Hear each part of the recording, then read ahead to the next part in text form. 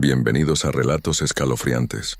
Esta noche te traigo historias que han aterrorizado a México durante generaciones. Brujas y encuentros sin explicación. Antes de comenzar, más de la mitad de ustedes aún no están suscritos. Quiero pedirte un favor. Si te gusta el terror, suscríbete y deja tu like. Es gratis y me ayudas muchísimo a seguir trayéndote más historias como estas. Ahora sí, comencemos. A veces creemos que conocemos todo lo que nos rodea.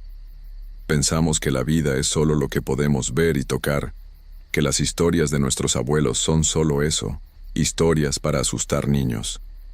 Pero hay cosas en este mundo que no tienen explicación, cosas que suceden en los rincones más oscuros de nuestros pueblos, donde la niebla se mezcla con el silencio y donde la noche parece no terminar nunca. Esta es la historia de Vicente Ramírez, un hombre común y corriente del pueblo de Cuetzalán, en la Sierra Norte de Puebla, quien descubriría que hay realidades más terroríficas que cualquier pesadilla. Vicente era un hombre de 42 años, de complexión fuerte, con manos curtidas por el trabajo y una mirada que reflejaba años de experiencia al volante. Trabajaba como taxista desde hacía más de 15 años, recorriendo las carreteras sinuosas de la sierra, esas que serpentean entre montañas cubiertas de niebla y bosques tan espesos que apenas deja pasar la luz del sol. Conocía cada curva, cada piedra del camino, cada puente viejo que cruzaba arroyos de agua fría. Era un hombre práctico, de esos que no pierden el tiempo con supersticiones. Cuando sus compañeros taxistas se reunían en la base y contaban historias de apariciones, de luces extrañas en el cerro, o de mujeres que pedían aventón en medio de la noche para luego desaparecer, Vicente solo sonreía con incredulidad. Para él, todo tenía una explicación lógica. Las luces eran reflejos, las apariciones eran producto del cansancio o del alcohol, y las historias de brujas eran cuentos que la gente inventaba para hacer más interesantes sus vidas monótonas. Vivía en una casa sencilla en las orillas de Cuetzalan con su esposa María y sus 2 hijos. Un muchacho de 17 años llamado Jorge y una niña de 11 llamada Lupita. Era un buen padre, un hombre trabajador que salía temprano y regresaba tarde, siempre con algo de dinero para que no faltara el pan en la mesa. Su vida era tranquila, predecible, sin sobresaltos. Hasta aquella noche de octubre. Había sido un día largo. Vicente había llevado a unos turistas hasta Yogualichan, y luego había tenido que esperar horas para traerlos de vuelta. Cuando finalmente terminó su último viaje del día, ya eran pasadas las 11 de la noche. La carretera estaba desierta, como siempre a esas horas. Solo el ronroneo del motor de su viejo Tsuru y el canto de los grillos acompañaban su camino de regreso a casa. La niebla comenzaba a descender de las montañas, esa niebla espesa que en la sierra parece tener vida propia, que se arrastra sobre el asfalto como dedos blancos buscando algo que atrapar. Vicente encendió las luces altas y redujo la velocidad. Conocía bien ese tramo, pero la niebla siempre hacía todo más peligroso. Fue entonces cuando lo vio. Al principio pensó que eran las luces de otro vehículo detrás de él, pero cuando miró por el espejo retrovisor, no había nada. La luz venía de arriba, del cielo. Era un resplandor extraño, de un color entre amarillo y verdoso, que se movía siguiendo la trayectoria de su automóvil. Vicente frunció el ceño y sacó la cabeza por la ventanilla para ver mejor. La luz flotaba a unos 50 metros de altura, moviéndose a la misma velocidad que él. El corazón le dio un vuelco, pero se obligó a mantener la calma. Debía ser un avión, pensó, o tal vez un helicóptero, pero no escuchaba ningún ruido de motor, ningún sonido que explicara esa presencia en el cielo. Aceleró un poco. La luz aceleró también. Redujo la velocidad. La luz hizo lo mismo. Un sudor frío comenzó a recorrerle la espalda. Apretó el volante con fuerza y pisó el acelerador a fondo. El Tsuru gimió y ganó velocidad. Las llantas chillaron en las curvas, pero la luz seguía ahí, imperturbable, siguiéndolo como si estuviera atada a su carro por un hilo invisible. Durante casi 20 minutos, Vicente condujo más rápido de lo que había conducido en su vida, con la respiración agitada y las manos temblando. La luz no se separaba de él. Solo cuando finalmente llegó a las primeras casas del pueblo, cuando las luces amarillas de los postes de la calle comenzaron a iluminar la carretera, la extraña presencia se detuvo. Vicente miró por el espejo retrovisor y vio cómo la luz flotaba en el mismo lugar por unos segundos, antes de elevarse lentamente y desaparecer entre las nubes bajas. Llegó a su casa con el corazón aún acelerado. Estacionó el taxi frente a la entrada y se quedó sentado en el asiento del conductor por varios minutos, tratando de procesar lo que acababa de vivir. Las manos le temblaban cuando finalmente abrió la puerta y entró a su hogar. María estaba en la cocina, preparando café para el día siguiente. Jorge veía televisión en la sala y Lupita ya estaba dormida. Todo era tan normal, tan cotidiano, que por un momento Vicente dudó de lo que había visto, pero necesitaba contarlo. Se sentó en la mesa de la cocina y le dijo a María que lo acompañara. Cuando Jorge escuchó el tono serio de su padre, apagó la televisión y se acercó también. Vicente les contó todo, con lujo de detalles. La luz en el cielo, cómo lo había seguido, cómo había acelerado y la luz había hecho lo mismo, cómo solo desapareció cuando llegó al pueblo. María lo miró con preocupación, pero también con escepticismo. Jorge se rió entre dientes.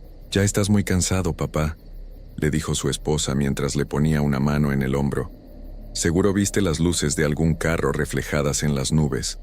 ¿Sabes cómo es la niebla en la sierra?» «No, no fue eso», insistió Vicente. «Yo sé lo que vi. Esa cosa me seguía.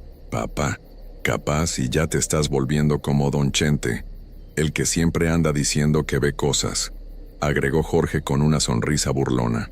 Vicente sintió una punzada de frustración. Ni siquiera su propia familia le creía, pero decidió no insistir. Tal vez tenían razón. Tal vez el cansancio le había jugado una mala pasada. Se fue a dormir esa noche tratando de convencerse de eso, pero el sueño no llegó fácilmente. Cada vez que cerraba los ojos, veía esa luz verdosa flotando en la oscuridad de su mente. Los días siguientes transcurrieron con normalidad. Vicente siguió trabajando, haciendo sus rutas habituales, recogiendo pasajeros en el pueblo y llevándolos a las comunidades cercanas. Pero algo había cambiado en él. Ahora miraba el cielo con más frecuencia, especialmente cuando caía la noche. Y aunque no volvió a ver la luz, una sensación extraña se había instalado en su pecho, como si algo lo estuviera observando desde algún lugar que no podía ver. Pasó una semana desde aquella noche. Vicente intentaba convencerse de que todo había sido producto de su imaginación, del cansancio acumulado por tantos años de trabajo. Pero entonces comenzaron los sueños. La primera vez fue 3 noches después del incidente con la luz. Vicente se encontraba en su cama, durmiendo profundamente, cuando de pronto se vio caminando por una carretera oscura. No era una carretera cualquiera. Era el mismo tramo donde había visto la luz aquella noche. La niebla lo rodeaba, tan espesa que apenas podía ver sus propios pies. El silencio era absoluto, ni siquiera se escuchaban los grillos. Entonces la escuchó, una voz de mujer, suave pero penetrante, que pronunciaba su nombre desde algún lugar entre la niebla. «Vicente», decía la voz, «Vicente, ven». La voz sonaba dulce, casi seductora, pero había algo en ella que le helaba la sangre. Giró en todas direcciones tratando de encontrar de dónde provenía, pero solo veía niebla. «Vicente, ven conmigo», insistía la voz, cada vez más cerca. Despertó sobresaltado, con el corazón golpeándole el pecho y el cuerpo cubierto de sudor. María dormía tranquilamente a su lado. Miró el reloj. Eran las 3:20 de la madrugada.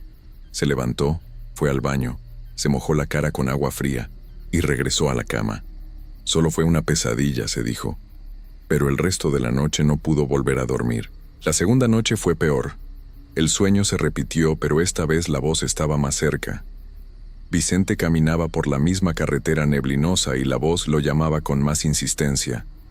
«Vicente, ya casi llego por ti». Esta vez, entre la niebla, alcanzó a ver una silueta.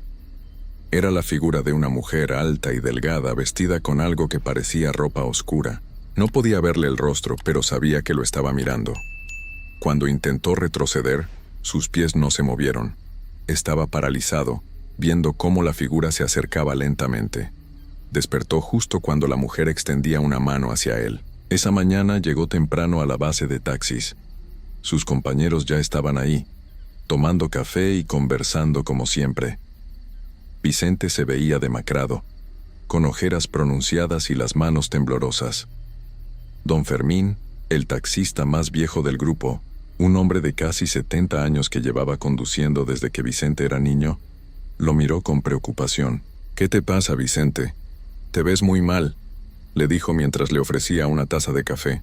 Vicente dudó por un momento, pero finalmente decidió contarles.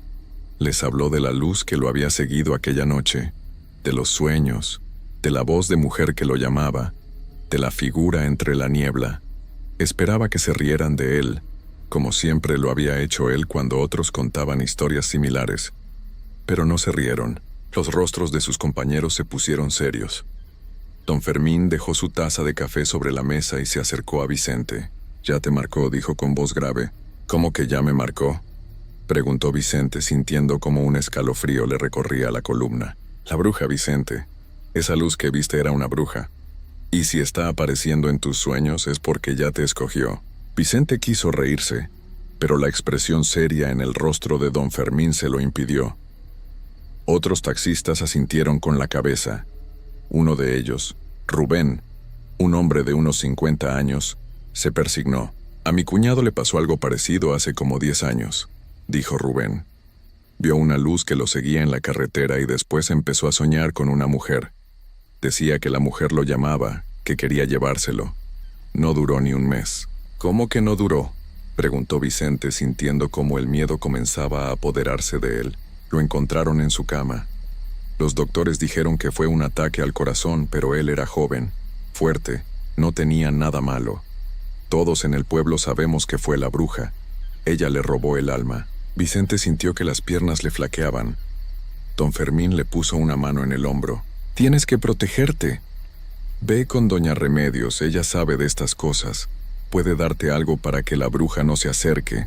Vicente no era creyente de esas cosas, pero el miedo era más fuerte que su escepticismo. Esa misma tarde, cuando terminó su turno, fue a buscar a doña Remedios. Era una anciana que vivía en la parte alta del pueblo, en una casita de adobe rodeada de plantas y flores. La gente decía que era curandera, que sabía de hierbas y de oraciones para alejar el mal. Doña Remedios lo recibió como si ya supiera por qué había ido. Lo hizo pasar, le preparó un té de hierbas amargas y lo escuchó con atención mientras él le contaba todo. La anciana asentía con gravedad. Cuando terminó de hablar, doña Remedios se levantó y regresó con un pequeño saquito de tela roja. Adentro había ramas secas, semillas y algo que parecía tierra. «Lleva esto contigo siempre. Ponlo debajo de tu almohada cuando duermas y cuélgatelo al cuello cuando salgas a trabajar. Y reza, Vicente, reza con fe. Es lo único que puede protegerte ahora». Vicente tomó el saquito, le pagó a la anciana lo que le pidió y regresó a su casa. Esa noche puso el saquito debajo de su almohada, tal como doña Remedios le había indicado. Por primera vez en días, logró dormir sin soñar con la mujer de la niebla, pero la paz duró poco. Al tercer día, los sueños regresaron, pero ahora eran diferentes. La mujer ya no estaba lejos entre la niebla, ahora aparecía junto a su cama, inclinada sobre él, mirándolo con ojos que brillaban con una luz verdosa.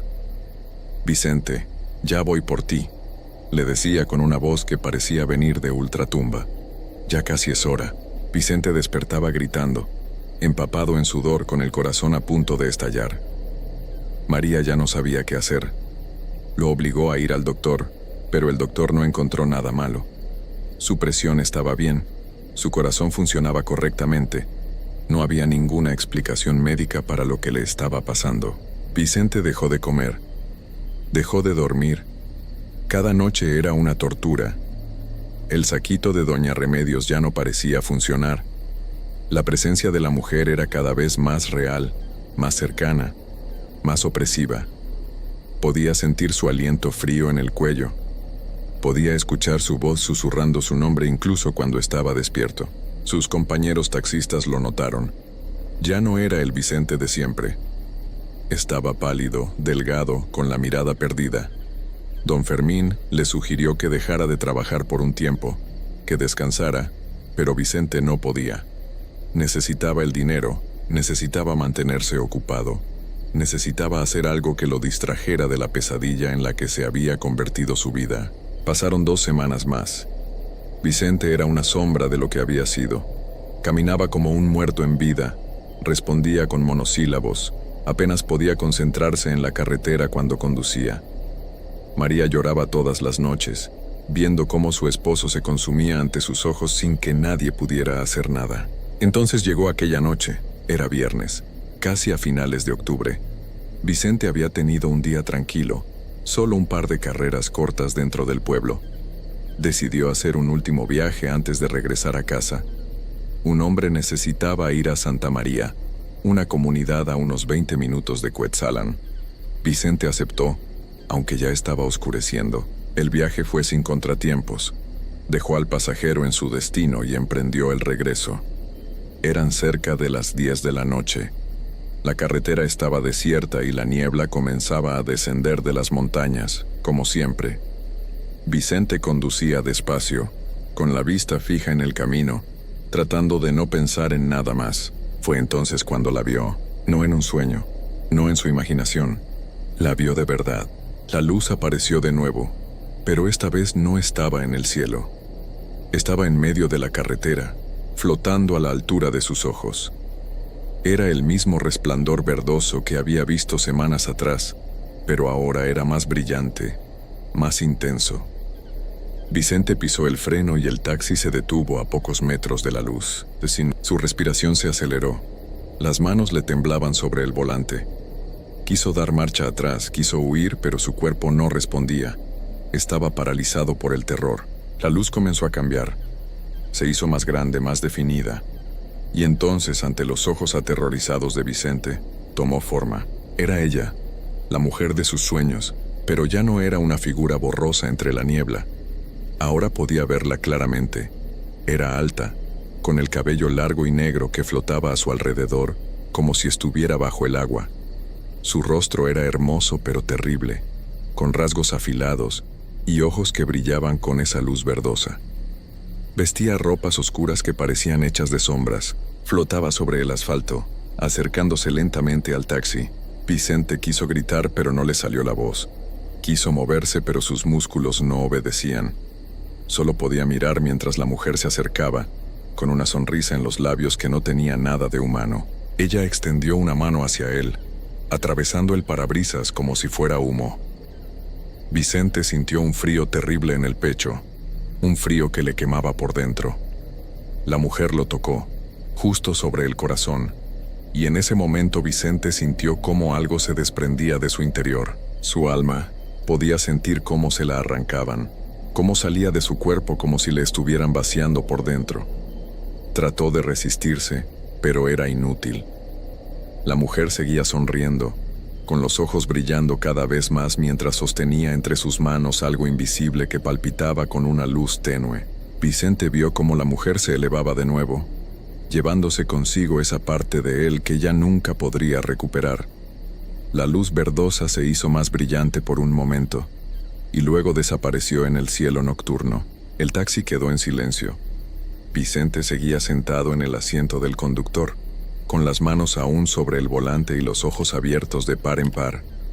Pero ya no había nada detrás de esa mirada. Era un cascarón vacío. Lo encontraron a la mañana siguiente. Un campesino que pasaba por ahí vio el taxi estacionado en medio de la carretera y se acercó a ver qué pasaba. Llamó a las autoridades. Cuando llegaron, encontraron a Vicente en su cama, en su casa. Nadie supo cómo había llegado ahí. El taxi estaba en la carretera, pero él estaba en su cama, como si hubiera llegado caminando y se hubiera acostado a dormir. María lo encontró cuando fue a despertarlo para el desayuno. Estaba acostado boca arriba, con los ojos cerrados y las manos sobre el pecho. Parecía que dormía tranquilamente, pero cuando lo tocó, su piel estaba fría. Ya no respiraba. Los doctores dijeron que había sido un paro cardíaco, un fallo súbito del corazón, sin explicación, Era extraño en un hombre de su edad y condición, pero esas cosas pasaban. Así quedó registrado en el acta oficial. Pero en Cuetzalán la gente sabía la verdad. Los taxistas la sabían. Don Fermín la sabía. Doña Remedios la sabía. La bruja se había llevado a Vicente. Su familia guardó luto. Jorge y Lupita lloraron a su padre. María quedó destrozada sin entender qué había pasado realmente, por qué su esposo se había apagado así, de un día para otro.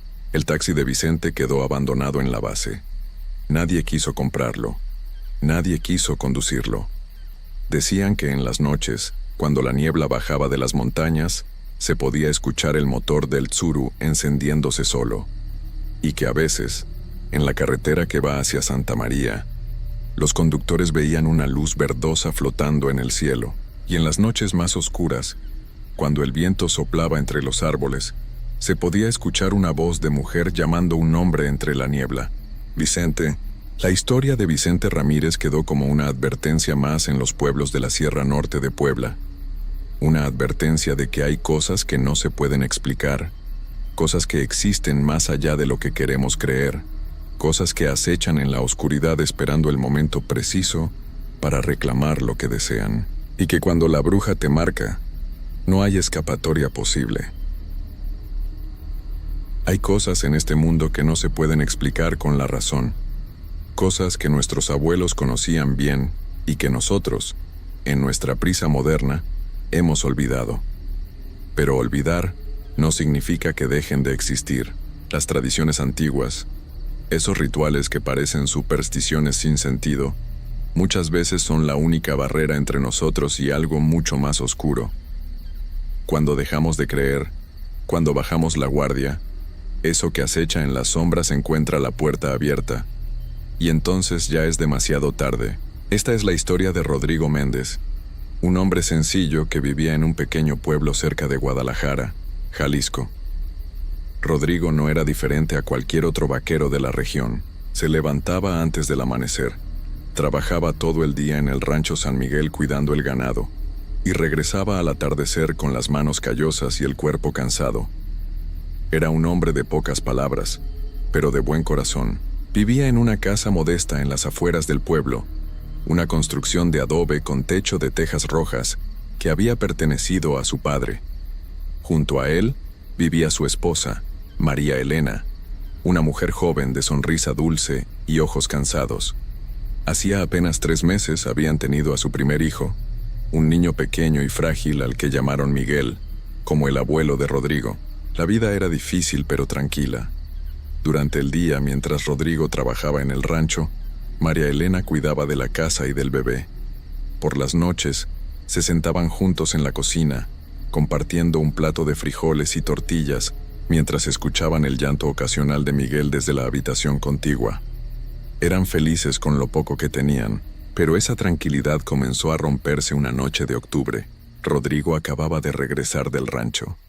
Había sido un día particularmente pesado, pues una de las vacas había tenido complicaciones durante el parto, y él había tenido que ayudarla.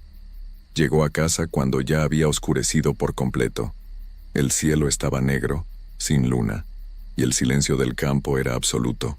María Elena lo recibió en la puerta con una expresión preocupada. «El niño no ha parado de llorar en toda la tarde», le dijo mientras él se quitaba las botas enlodadas. «No sé qué tiene. Ya comió, ya lo cambié, pero sigue inquieto». Rodrigo entró a la habitación donde tenían la pequeña cuna de madera. Miguel lloraba con un llanto agudo que le partía el corazón. Lo cargó en brazos, meciéndolo suavemente, y poco a poco el bebé fue calmándose hasta quedarse dormido. Rodrigo lo volvió a acostar con cuidado y salió de la habitación cerrando la puerta despacio. Se sentaron a cenar en silencio. El cansancio de ambos era palpable, pero justo cuando Rodrigo estaba por llevarse el último bocado a la boca, escucharon algo. Un ruido seco, como si algo pesado hubiera caído sobre el techo. Ambos se quedaron inmóviles mirándose el uno al otro. El sonido se repitió, luego otro, y otro más. Pasos. Algo estaba caminando sobre las tejas de su casa.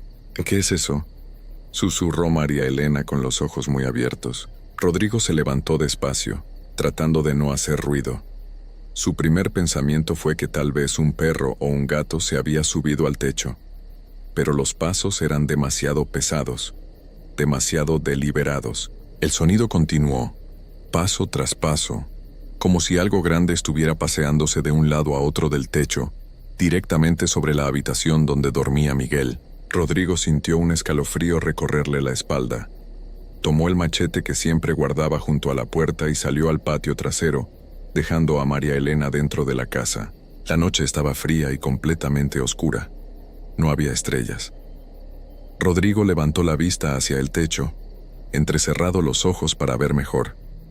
Al principio no distinguió nada, solo las siluetas de las tejas contra el cielo negro, pero entonces lo vio. Una figura enorme, del tamaño de un guajolote grande, estaba parada justo en el centro del techo. Rodrigo sintió que se le helaba la sangre. El animal no se movía, pero podía sentir que lo estaba mirando. Aunque no podía ver sus ojos en la oscuridad, sabía que esa cosa estaba consciente de su presencia. «Fuera de aquí», gritó Rodrigo levantando el machete. «Lárgate». La criatura no se movió. Se quedó ahí, inmóvil como una estatua. Rodrigo buscó una piedra en el suelo y la lanzó con todas sus fuerzas hacia el techo. La piedra pasó cerca del animal, pero este apenas se movió. Solo dio un pequeño paso hacia un lado. Entonces, para horror de Rodrigo, la cosa emitió un sonido. No era el graznido normal de un guajolote. Era algo más profundo, más ronco. Un sonido que parecía salir de una garganta humana intentando imitar a un ave. Rodrigo sintió que las piernas le temblaban. Sin apartar la vista del techo, retrocedió lentamente hacia la puerta de su casa. Entró y cerró de un portazo, echando el cerrojo. María Elena estaba pálida, con las manos sobre el pecho. «¿Qué era?», preguntó con voz temblorosa. Rodrigo no supo qué responder. Se quedó junto a la puerta, el machete aún en la mano, escuchando. Los pasos en el techo continuaron durante toda la noche. Paso tras paso, de un lado a otro, sin detenerse. Ninguno de los dos pudo dormir. Cuando llegó el amanecer, los pasos finalmente cesaron. Rodrigo salió con cautela al patio y revisó el techo. No había nada. Ninguna señal de que algo hubiera estado ahí. Las tejas estaban intactas. No había huellas ni plumas. Nada. Durante el desayuno, María Elena no dejaba de temblar. Miguel había dormido toda la noche sin problemas, ajeno al terror de sus padres. «Tenemos que contarle a alguien», dijo ella. «Esto no es normal, Rodrigo. Esa cosa no era un animal común». Rodrigo asintió. Él también lo sabía. Había algo profundamente equivocado en lo que habían visto y escuchado. Esa tarde, después del trabajo, Rodrigo fue a visitar a don Chencho, el hombre más viejo del pueblo. Don Chencho había vivido en esa región toda su vida, y si alguien sabía sobre cosas extrañas, era él. El anciano vivía solo en una casa pequeña al borde del pueblo. Cuando Rodrigo le contó lo que había pasado, don Chencho se puso serio. Muy serio. «Era una bruja», dijo sin dudar. «Las brujas toman forma de guajolote para volar por las noches. Buscan casas donde hay niños pequeños. Los bebés las atraen». Rodrigo sintió que se le erizaba la piel. «¿Por qué? ¿Qué quieren con los niños?». Don Chencho lo miró con ojos oscuros y cansados. «No hagas preguntas cuyas respuestas no quieres saber, muchacho. Lo importante es que las mantengas lejos. Hay formas de protegerse». El anciano le explicó lo que debía hacer.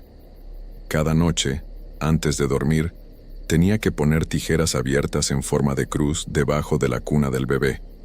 Las brujas no podían acercarse al metal en forma de cruz. También debía esparcir sal en el marco de cada puerta y ventana.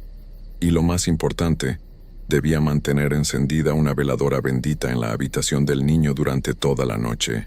«No falles ni una sola noche», le advirtió don Chencho. «Ni una. Si te confías, si olvidas aunque sea una vez, la bruja entrará, y entonces ya no habrá nada que puedas hacer». Rodrigo regresó a su casa y le contó todo a María Elena. Esa misma noche siguieron las instrucciones al pie de la letra. Colocaron las tijeras bajo la cuna, esparcieron sal por todas partes y encendieron la veladora. Y funcionó. La bruja regresó esa noche. Escucharon sus pasos en el techo nuevamente, pero esta vez no bajó. Se quedó arriba, caminando de un lado a otro, como buscando una forma de entrar. Pero no pudo. Después de varias horas, se fue. Esto se repitió durante las siguientes semanas. Cada noche, sin falta, la criatura llegaba. Pero mientras Rodrigo y María Elena mantuvieran las protecciones, el bebé estaba a salvo. Pasaron 2 meses así. Noviembre llegó, luego diciembre. Las noches eran cada vez más frías. Y poco a poco, el miedo comenzó a disminuir. Se acostumbraron a escuchar los pasos en el techo. Se volvió parte de su rutina. Ya no les quitaba el sueño como antes. Mientras hagamos lo que nos dijo don Chencho, estaremos bien, decía Rodrigo. Pero la rutina también trae descuido. Y el descuido trae olvido. Una noche de enero, Rodrigo llegó más tarde que de costumbre. Había habido un problema en el rancho, una cerca rota que tuvieron que reparar antes de que escapara el ganado. Llegó exhausto, con las manos adoloridas y la espalda destrozada. María Elena también estaba agotada. Miguel había estado llorando todo el día, inquieto y con fiebre. Ella había pasado horas tratando de calmarlo, sin apenas un momento de descanso. Cuando Rodrigo llegó, comieron algo rápido y se fueron a dormir casi de inmediato. Estaban tan cansados que apenas podían mantener los ojos abiertos. Rodrigo revisó que las tijeras estuvieran bajo la cuna. Ahí estaban. La sal también estaba en su lugar. Pero cuando fue a encender la veladora, se dio cuenta de que se les había terminado. No había más. «Mañana compro otra», murmuró, demasiado agotado para pensar con claridad. «Una noche no importará. Llevamos meses haciéndolo bien». María Elena asintió, ya medio dormida. Ninguno de los dos tuvo fuerzas para levantarse y buscar una solución. Se durmieron. Esa noche los pasos en el techo sonaron diferentes, más pesados, más decididos. Rodrigo se despertó en medio de la oscuridad total. Algo lo había sacado del sueño, pero no sabía qué. La casa estaba en completo silencio, un silencio antinatural, pesado, como si el aire mismo estuviera conteniendo la respiración. Entonces se dio cuenta. No se escuchaban los pasos en el techo. El terror lo golpeó como un puño en el estómago. Se incorporó de golpe con el corazón desbocado. Junto a él, María Elena seguía dormida, pero había algo más, un olor extraño en el aire, como a tierra mojada y algo podrido. Rodrigo giró la cabeza hacia la puerta de la habitación y se quedó helado. La puerta estaba abierta. Él recordaba haberla cerrado, estaba seguro. Con manos temblorosas, buscó a tientas la lámpara de aceite que guardaba junto a la cama. La encendió con dedos torpes. La luz débil iluminó la habitación. Todo parecía estar en su lugar. Pero la puerta seguía abierta y del otro lado solo había oscuridad. Rodrigo se levantó despacio, tomando el machete que siempre tenía cerca. Avanzó hacia la puerta con pasos silenciosos. El olor era más fuerte ahora. Le daban náuseas. Salió al pequeño pasillo que conectaba las habitaciones. La puerta del cuarto de Miguel también estaba abierta. «Saucano, no». Corrió hacia la habitación del bebé con la lámpara en alto. Entró y levantó la luz. La cuna estaba vacía. El grito que salió de su garganta despertó a María Elena. Ella llegó corriendo, y al ver la cuna vacía, su propio grito desgarró la noche. Buscaron por toda la casa. Voltearon cada rincón, cada mueble. Salieron al patio llamando al bebé aunque sabían que no podía responder. Pero Miguel había desaparecido. No había señales de forcejeo. No había ventanas rotas ni puertas forzadas.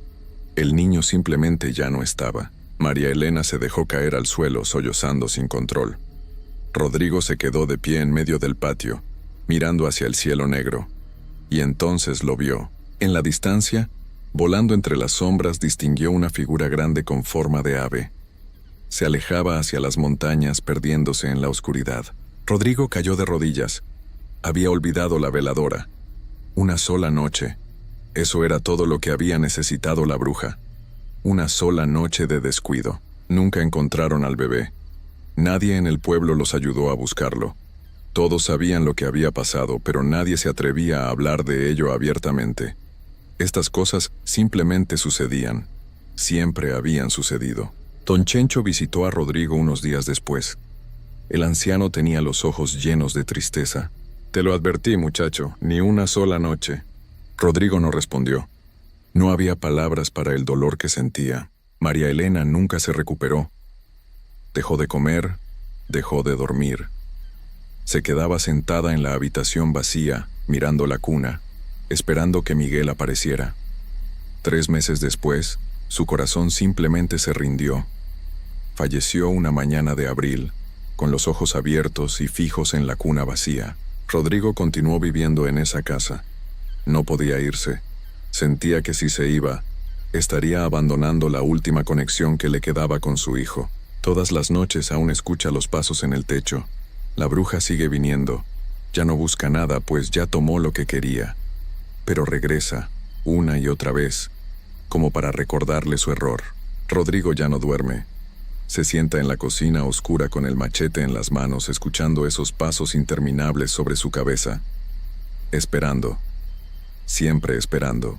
Porque sabe que algún día, cuando sus fuerzas finalmente lo abandonen, cuando cierre los ojos por última vez, la bruja bajará también por él. Y en este pueblo de Jalisco, donde las montañas guardan secretos antiguos y las noches son más oscuras de lo que deberían ser, nadie habla de Rodrigo Méndez. Pero todos saben su historia.